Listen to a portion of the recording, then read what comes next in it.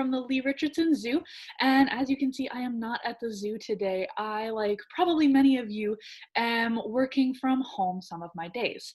Now, just because we are at home inside a lot more doesn't mean that we cannot continue to help wildlife. And that is what we are going to learn how to do today. So today, I want to focus on birds. We are approaching migration season, when a lot of the birds that have moved south for the winter, they're starting to come back up north.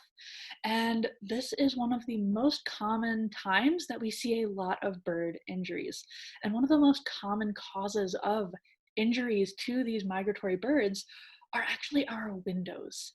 Now, if you think about it, they're clear, we know they're there, we know what glass is, but birds cannot see that glass.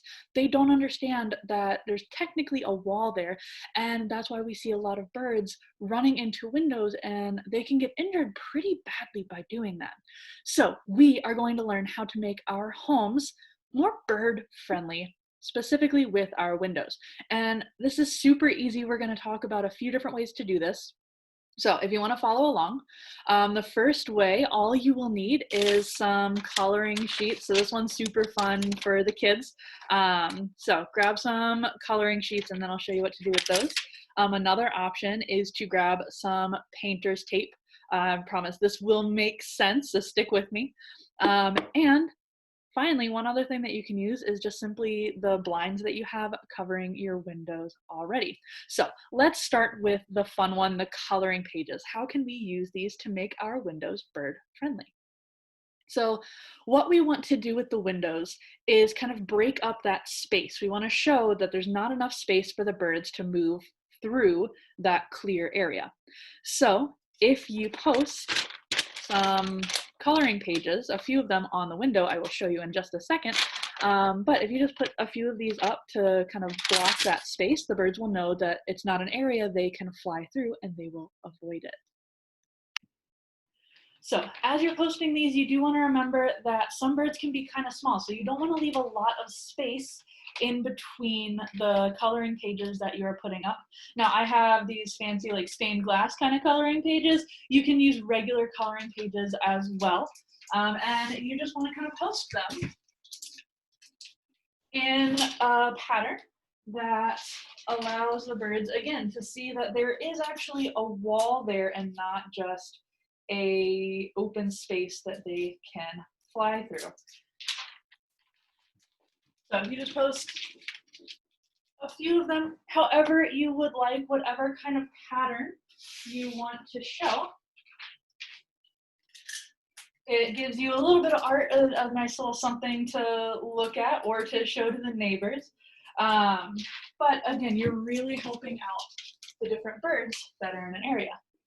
Now, if you don't have a bunch of those different coloring pages, what you can do is kind of create a puzzle out of one single coloring page. So you can cut them into little pieces, and then you can line those up on your window, again, in the same kind of way in a pattern where they're spaced out a little bit more, and that'll create the same effect. So you can see that right here. So you can see I just took the one sheet and kind of cut it up and then spaced them out. So they're, again, creating that pattern where the birds are not going to try to fly through that window. They see that there is a clear wall in front of them and they will avoid it. So using those coloring pages is a great way to get the kids involved with this as well. But if you don't have kids or you don't have coloring pages, you just want something a little easier, using painter's tape, kind of in the same way that we use that single coloring page that was cut up, you can use painter's tape to create that pattern as well. So the reason I chose painter's tape is because it's not going to make those permanent marks on windows. And if you are worried about that, you can change the pieces like every couple weeks and just give the window like a little bit of a cleaning, and that'll make sure that it doesn't have that residue on it. It's not, staining the windows or ruining them at all, but it is, again, protecting the birds so they're not trying to fly through it. So for this option, you can choose to use smaller pieces and kind of just randomly put them on the window. Or if you are a more creative person, you can create patterns with the tape as well. So using longer strips kind of does the same idea.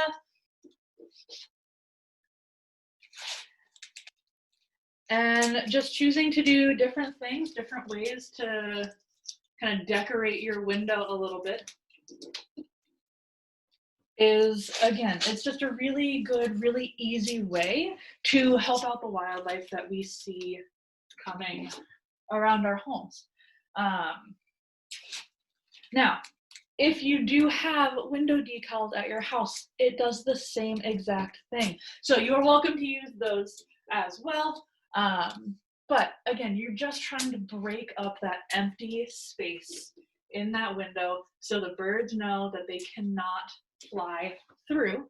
But again, it's pretty easy, pretty simple. You can have a lot of fun with it. A nice little like family crafting time if you want.